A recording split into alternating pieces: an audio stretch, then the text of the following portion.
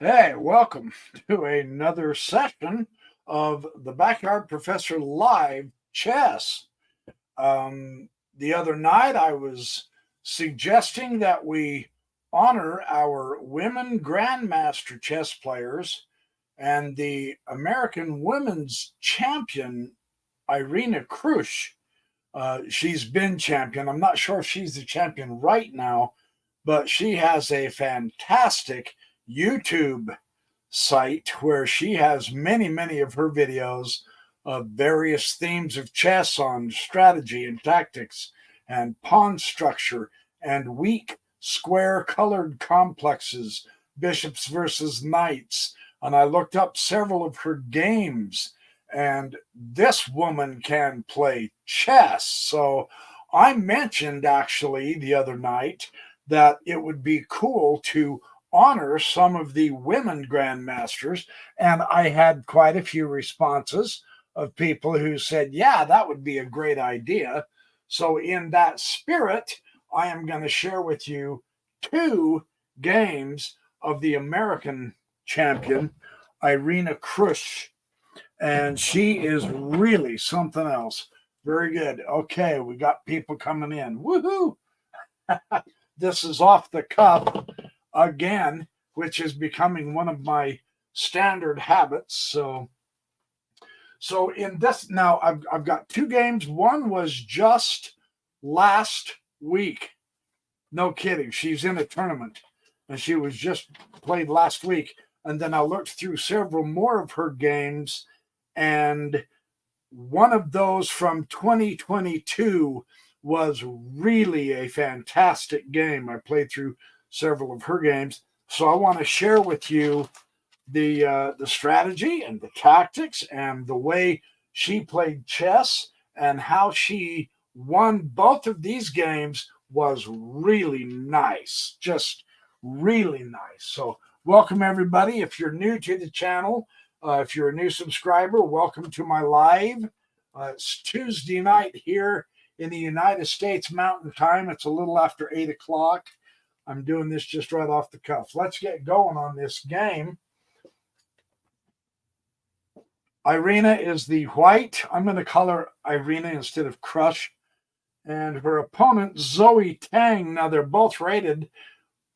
Irina here is 2395 or 2365, I believe, and her opponent is 2290. So they're very closely matched. D4 and knight f6, and c4 and c5. So we've got tension in the center immediately, and it's interesting that she pushes the advance right now, right up front. This is kind of cool how she does this. What this will do is give her more space to maneuver things around, and her opponent does b5, and c will take b. Interestingly, after this, her opponent pushes the a6, and Irina pushes the b pawn. Now, in a way, this is just like giving her opponent a pawn because the queen will retake that pawn, right? But it perhaps misplaces the queen or puts the queen in an awkward position or too early of a development. We'll see, right? So hopefully my sound is on and it's all working. Looks like it is. I don't see any comments yet. Hey, Craven Spider, how are you? Good to see you. All right, and then knight c3, bringing the knight out, and d6. Now the pawn chain is nice, but it's on the dark squares. So the dark square bishop might have a little bit of trouble in this game, unless, of course, her opponent just being ketos the bishop, right? So we'll see how that works.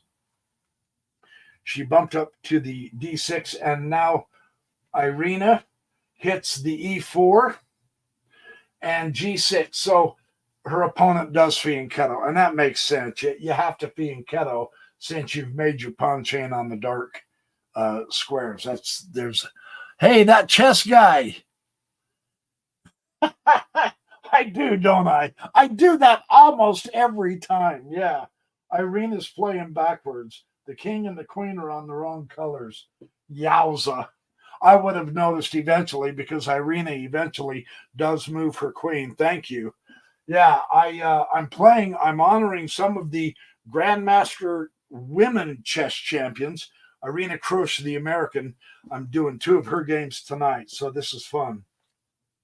G6 to fianchetto, and now knight f3 and bishop g7. Here comes the fianchetto. So she's going to grab this long diagonal, and again, yeah, the bishop's a bad bishop because the central pawns are on the dark squares, but she's putting it outside the pawn chain. This is very similar to what you do with the Karl Khan, a different chess opening, except with the white squared bishop. If you don't get the bishop out first before enclosing the white chain, then you end up playing a French. It's kind of interesting. I've been watching some stuff on that. So a4, here comes her a pawn, going to hit the queen side, and the bishop comes to g4, and this is typical. Put the pin on the knight, right? All right. Yeah, we're done. We got it changed. Thank goodness. This could have been a bad game if she had got caught with the pieces on the wrong square. It wasn't on the computer when I played this off the computer and wrote it down so that I could show you guys on this board. I was going to show you this electronically, and then I thought, I'm going to show you on the big board because I do want to honor the women. They are contributing enormously to chess. I don't think they get enough credit, so I'm going to start giving them credit, right? I'm being a valiant warrior. A5, hit the queen. Queen c7. So she was able to advance her a pawn with tempo. That might be interesting later on. Bishop will come to e2, preparing to castle. And bishop will take f3. So her opponent took Irina's kingside knight, and the bishop will return. It wasn't a pin to the queen because Irina had developed the bishop getting ready to castle. So this is good. And now her opponent will castle, and Irina will follow suit. She will also castle. And from this point, you've got a few options you could do in the game if you decided to. You can start pressing pawns and getting your rooks in the center once you develop that knight. This is kind of cumbersome for getting that knight. If you're having ideas on pushing the pawn and bringing the knight to here on the c5, her queen side just looks a little bit difficult. We'll see how she handles that. She does come to knight d7, and the bishop will come back to e2. And here come the rooks. So her opponent is going to go all the way for the queen side expansion and attack on the queen side. It makes sense in a way because she does have the partially open file. So that makes sense. This file's no good, but this one is potentially really, really good. And it does appear that the majority of her pieces are over on this side.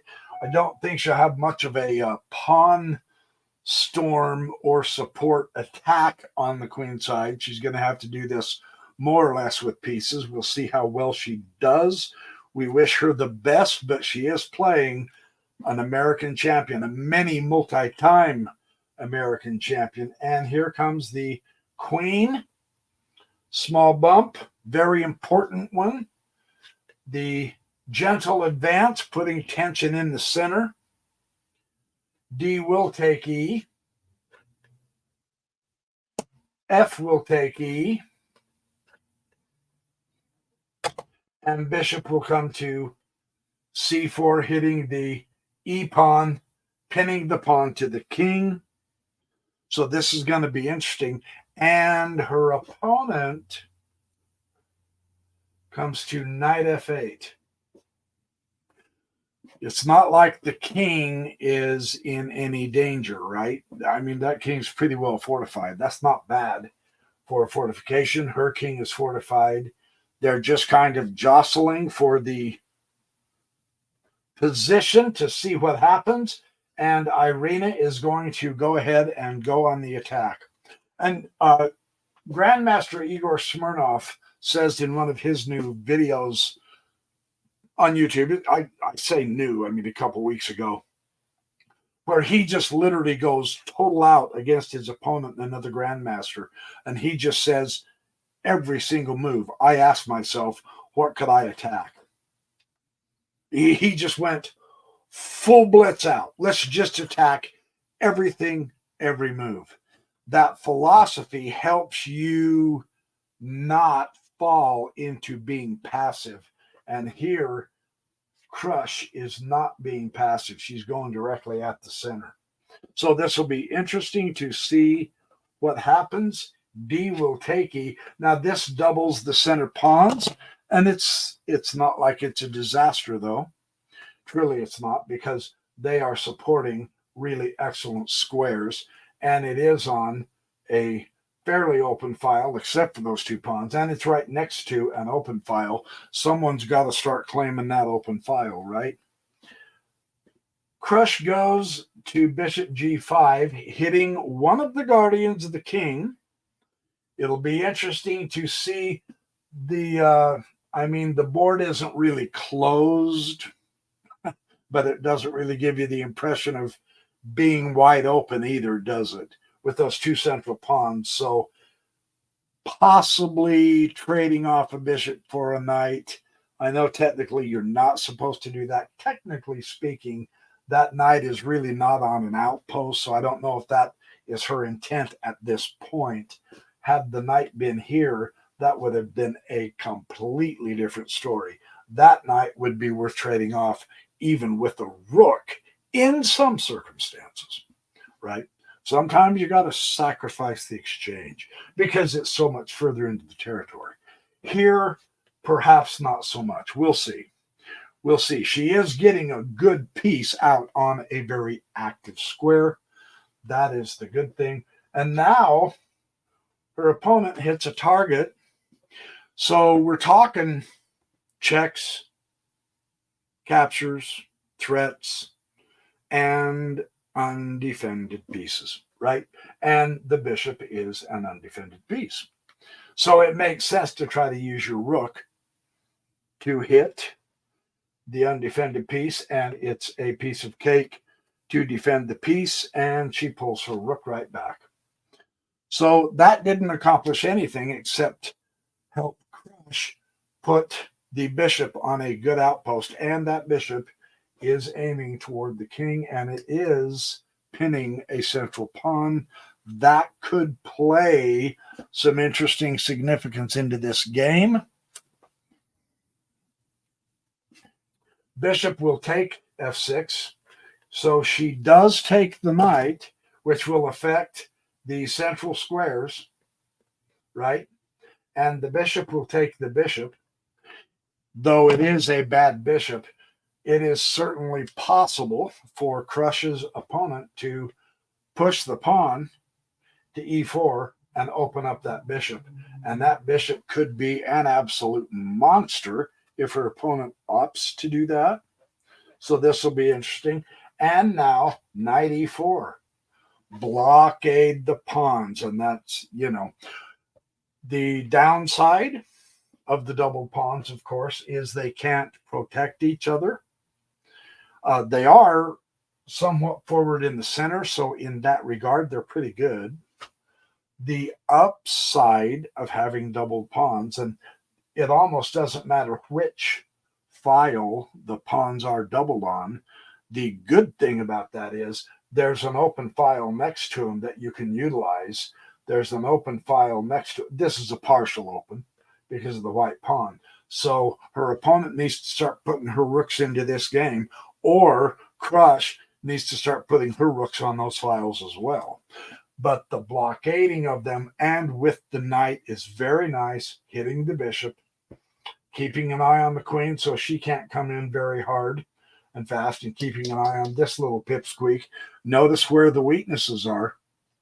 Yeah, on the queen side, you've got an isolated pawn here, and it's stopped.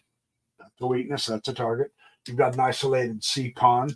That's a target. It's always going to have to be watched. And in this instance, for the time being, the queen babysitting that pawn is just not a good idea for the queen. She needs to get a rook instead, or maybe even better, the bishop or the knight. But they're guarding the king. So we can see a few problems that black is beginning to get, and Krush puts that knight right in the center, which is really nice. Hitting the bishop will drop back. And now the queen is going to try to centralize, but not only just centralize. Now this gets interesting quick. Hey, Enoch, how are you? You're Enoch from the Play Flood world. Excellent. Then you should know enough chess to beat us all. Yes, sirree, Bob. Good to see you, Enoch. I've read all of your books. They're all pseudepigrapha. None of them are scripture. They were written way too late. Sorry, but you didn't leave many writings when you were alive on Earth way back when, right? I've done a lot of studies on the Book of Enoch. You can look up my Mormonism and philosophy stuff. So anyway, so the queen, now in coming over, not only does she centralize more, but she also gives herself access, especially up here to G4. And look at this.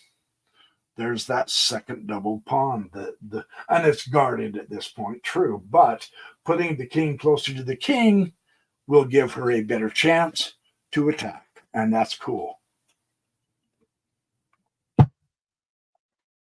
So queen to E2. And her opponent will follow her over. Queen to E7.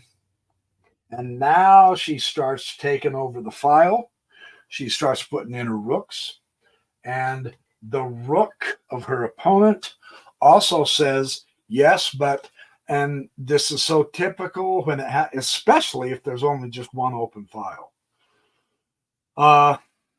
In the middle game, maybe toward the end, this is what will give the rooks more and more power as more and more pieces and pawns disappear off the board. More and more files begin to open up. In a middle game setting like we have here, I mean, there's still 1, 2, 3, 4, 5 pieces, 1, 2, 3, 4, 5 pieces. There's quite a few pawns. An open file is a huge bonus. It's a complete benefit. And you can't just let your opponent have it for free. So the strategy we're seeing here, yeah, they're going to trade a pair of rooks at minimum. Absolutely. You don't want to let your opponent just have a file just for nothing. You really don't. So, and yes, Krush takes.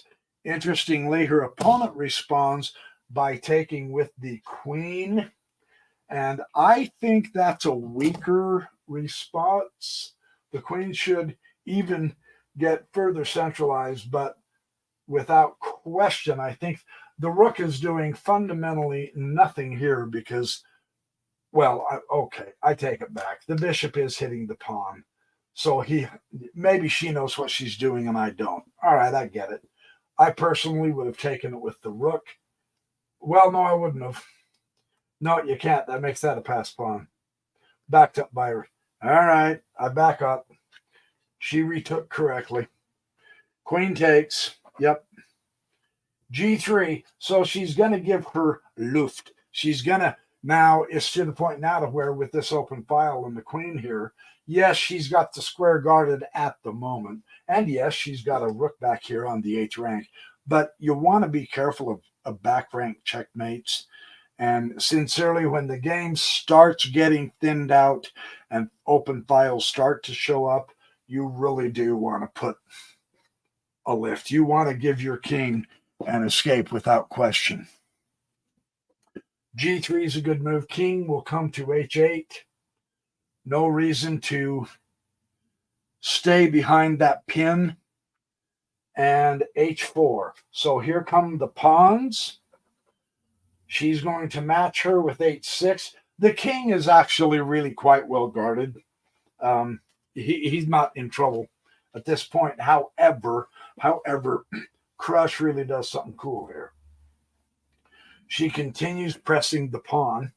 Well, let me push this wood dowel so that the board won't swing. She continues H, and her opponent does not.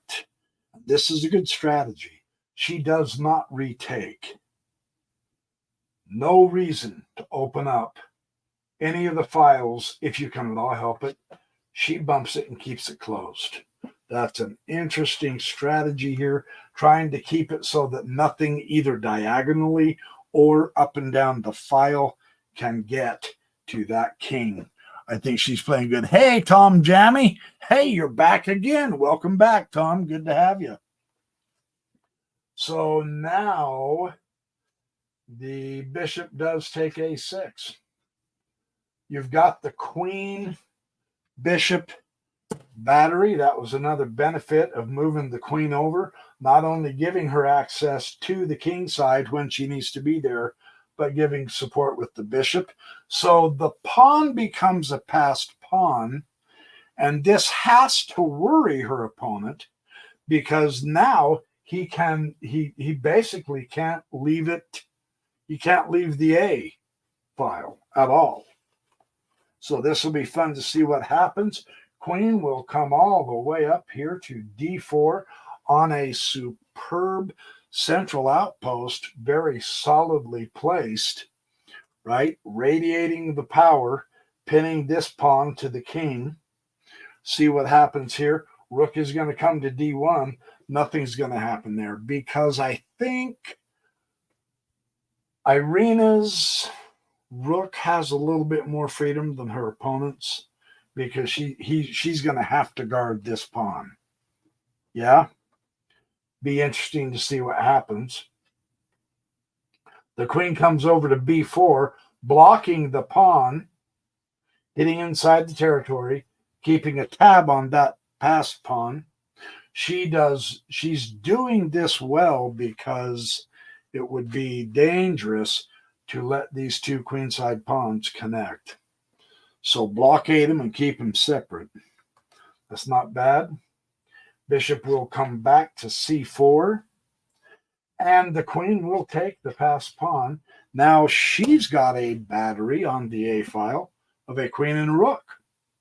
So this is going to be interesting. We now have to watch out for the open file in the center and the A file on the very edge. Again, the king is pretty well guarded. He's doing decent. This king is doing pretty decent. There's no real direct threat and attacks just yet.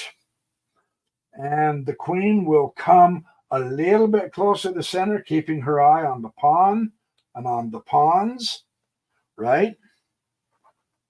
Rook will come to C8, protecting the, again, notice how Krush has been focusing on the pawn weaknesses. She ended up getting the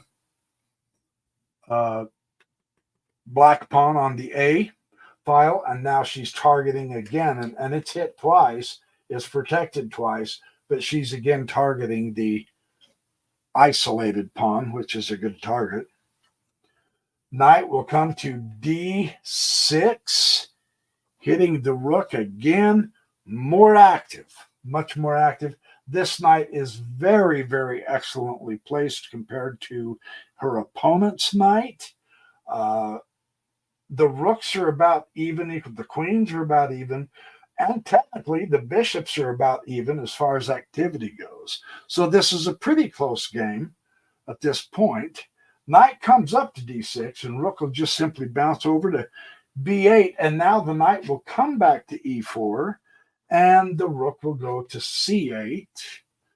The knight will go back to D6. Now, I don't know if they were playing to build up the time on their clocks here. I didn't see any commentary on the game. I just played through several of Irina Krush's games so that I could show you a few of them. And so I don't know if she was looking for a draw or if they were just gaining time on the clock, right? So this isn't that big of a deal. And now, of course, I don't think her opponent wanted to draw. And technically, this is not a drawing position. So I personally think they were just adjusting for the time on the clock. And now knight e8. What a spectacular knight move. Excellent fork on the rook and the bishop. And that bishop is a great guardian of the black king because he's holding up the dark squares. You'll notice the pawns have advanced on the dark squares, and that has given the black, the area around the black king, a white square weak color complex. And that's what Bishop Krush has, is the white squared bishop. So the potential for attacking that black king is simply gigantic. It's very feasible because the white squared bishop of black is gone. So she's not ever going to be able to protect these squares. But Krush will be able to attack them. So this is going to get very interesting. Rook will slide over to e7, hitting the knight. And of course, the knight will take the bishop. Absolutely. You do want to take the bishop without question. And the rook will take the knight. And now here, this is a great attacking, centralizing move. That's very important. The queen will take one of the double pawns, pinning the rook to the king. That's a great pin. Her opponent knows it. She has to get back here to not only protect the pawn, double protect the pawn, because it's hit twice, and they don't want that bishop having that kind of a diagonal, cutting an escape square off from the king, or to be here. See, this king is now in deep trouble. It's getting very close. And one more simple step from e5 to f6, getting it closer to the king. Keeping her eye and the rook pinned, as well as shielding her from the queen, but keeping her eye on this. And now there is an undefended piece that she is hitting as a target. This is really critical for black at this point. Black will go knight h7, an excellent defense move, but the tactic here is superb. So when you get a pinned piece, you want to attack it. On the other hand, in this instance, the pinned piece can't move, and the rook is properly on the open file. I make big stuff about this. And now we've got check. And it's here that black resigns. Because, of course, you can do that, but it's not going to help you. Because now it's got check. And at this point, it's a foregone conclusion. Let's see.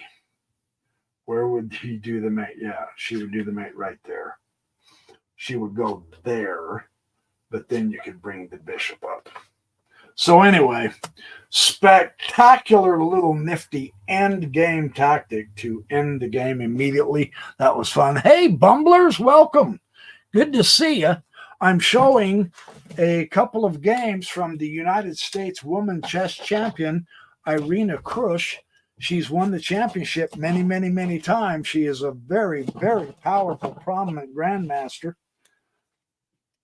And I am going to show you another one. I'll show you her second game. This particular game was just played last week. I think she's in a tournament. And the game I'm about to show you now was played back in 2022. And it is a really, really dynamic game. I mean, these gals can really play some chess. She's rated, I've seen her rating as high as in the 2400s. I do believe she is hovering in the high 2300s. As she plays, she goes back and forth between the high 2300s and the low, the middle 2400s. So she's very, very powerful, very well versed. I mean, she She's been playing chess her whole life. She's 40. She started at age 14, and she's been doing fantastic ever since. So it's really fun to see her games and see what we can learn from a Grandmaster United States woman champion. This is cool. Let me get a swig real quick. And we can carry on. Get it? Carry on. Yeah, quit. Just quit. All right, let's go to game number 2. Who else just showed up? Hey, tumblers. Didn't I just say that? Didn't I just say hi to you? If I didn't, I am now. So here we go. Okay, Tuesday night chess with the Backyard Professor and Irina Krush, woman chess champion. Now in this one, she is also playing the white. Her opponent is Nelufar Yakubeva. And this was in 2022, just last year. So let's see what happens here. D4 again, knight f6. C4, she likes the gambit, but it's not going to be. And she comes up with the knight f3, and now b6. She's going to fianchetto pretty early, and Krush is going to follow. So they're going to fianchetto their white squared bishops, challenging that central diagonal.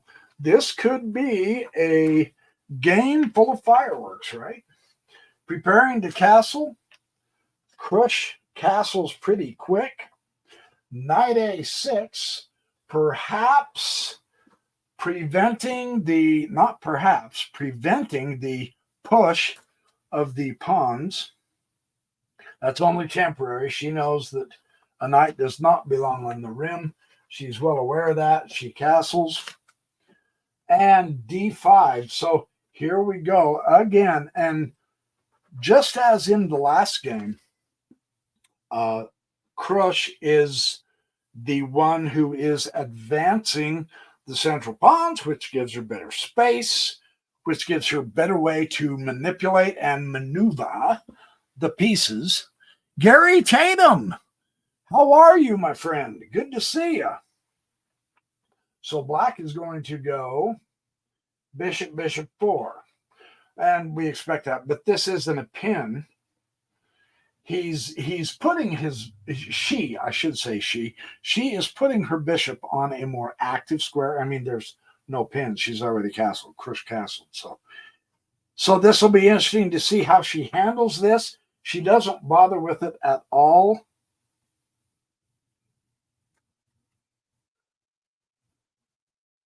Uh-oh. I've got this written down as D4. She came to D4 and then no, she castles. She castles. Then D6. Uh-oh. Man, don't tell me I did this again. I do this every blinker in game. Bishop will take the C3. Okay, we'll see this. And the knight will, and the B will take C3. And the knight will come to C5. Yeah, there's something wrong. Doggone it. I wrote this down wrong. That just ticks me off beyond no control. D4. E4. I'll bet you she came to D5, and I'll bet you that's supposed to be E4. That's where Irina moved instead of this one. Man, that's got to be it. Knight to B3. Okay, so knight to C5, and now knight to B3. Knight can't get to B3. Why am I having so much trouble with this?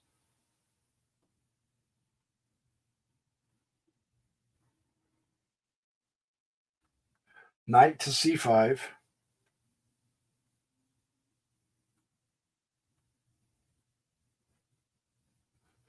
What in the tarnation? Holy cow, I do this way too often. I don't get this. I'm going to start over real quick. This is a great game because she has a couple of really spectacular tactics, but I can't believe I couldn't have written those down wrong. Yeah, famous last words. I couldn't have made this wrong. I never do that. See, that'd be the advantage of the electronic board. I keep trying to tell you guys, this board really messes me up when I mess up. With the electronic board, all I'd have to do is hit the back button. It would be way easier, but this is fun. This is all good fun. Okay, let's try this again. I'm going to pay attention. D4, knight F6, C4. And if this doesn't work, I'll just close it down and look for the game and make sure that I write it down correctly next time. They're both going to fianchetto. I got that part right. I remember that. Bishop B7 and Bishop G2. So they're both fianchettoed. Woohoo! And then the Bishop to E7, getting ready to castle. Definitely. And then Krush does castle. So the castling has occurred. And now the knight does come to A6. No question. And now knight C3. Right? And then she castled. Oh, I'll bet I know where I went wrong. D5. Yeah, she bumped the central pawn. Now bishop.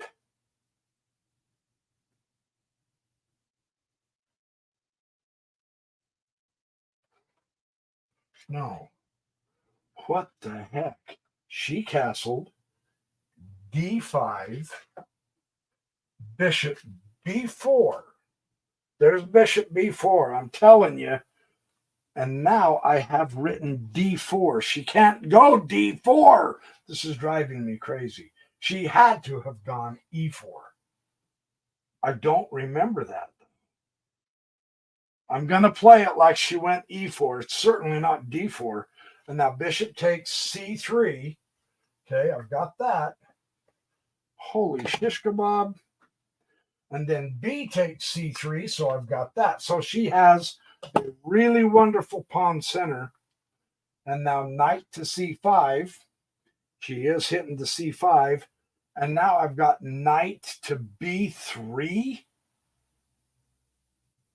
I missed something. Crap, I hate it when I do that. Yeah, I missed something. I wonder if I can hurry up and I'll bet you I can hurry up and look that up. Hold on, bear with me. No, it's not okay. It's not okay at all. I hate it when they mess up like this. Hold on, I will be here. I'm gonna go search real quick for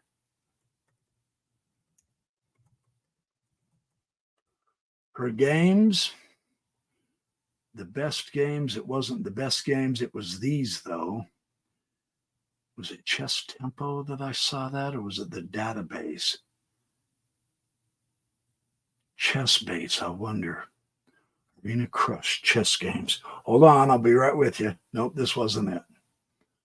I know that wasn't it. So chess games on Chess Tempo. Was this it? Nope, it wasn't this one either. Hold on. I'm getting closer. I wonder if it was just her player profile. Oh, it was chess.com. It's chess.com. Top chess players. Yes, here she is. And where's her games? Nope. Oh, man, you guys. I'm sorry I did this. I'm going to quit doing lives. The chess games of Irina Krush. I wonder if that, no, that isn't it. Hold on, though. 2022. I know she played this one in 2022. It was at one of the Olympiads, and she won it. If I remember right. She's playing Yakubeva. Hold on, Yakubeva. Come on, show up, dear. Yakubeva. Oh, and then it's got the Earth satellite link.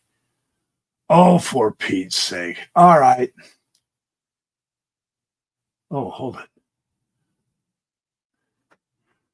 2022 Yakubeva. Let me see if I can find Yakubeva real quick. She should be here. I think. Nope. She's not. Kibitzer's Corner. Yeah, Kibitzer's Corner. Backyard Professor sucks at doing live chess. All right. Maybe it's you. No, chess puzzles. Oh, she does some great chess puzzles too, you guys. Defends her American Cup title. I can't find it. There's her Instagram photos. Yeah, I can't find it. Got it. I'm sorry. Okay. All right. At least I showed you one game. Man, that just torques my britches. I will try to find this guy. I'll tell you what. I wanted to throw an extra live in tonight because tomorrow I'm not going to be able to, and my week is being busier than I expected, which, it's typical for a guy trying to get ready to retire, right? So I'm not going to be able to make very many videos this week of chess. So I will look this back up, and on Saturday's live, now we're going to do more Queen Gambit Declined traps and compounds Saturday morning, 10 o'clock Mountain Time in the United States. And I will find this game of Irina Krush, and I will show it to you on Saturday also. So anyway, sorry, all you get is one game tonight, and that one isn't it. I can't believe I wrote that down wrong. All right, you guys, thank you. Appreciate all of you. Remember, keep smiling. It makes people wonder what you're doing, right? That's fun. All right, I'm going to head out. You guys have a good evening. Hey, this is perfect anyway, 45 minutes. That's just about right. All righty, see you soon.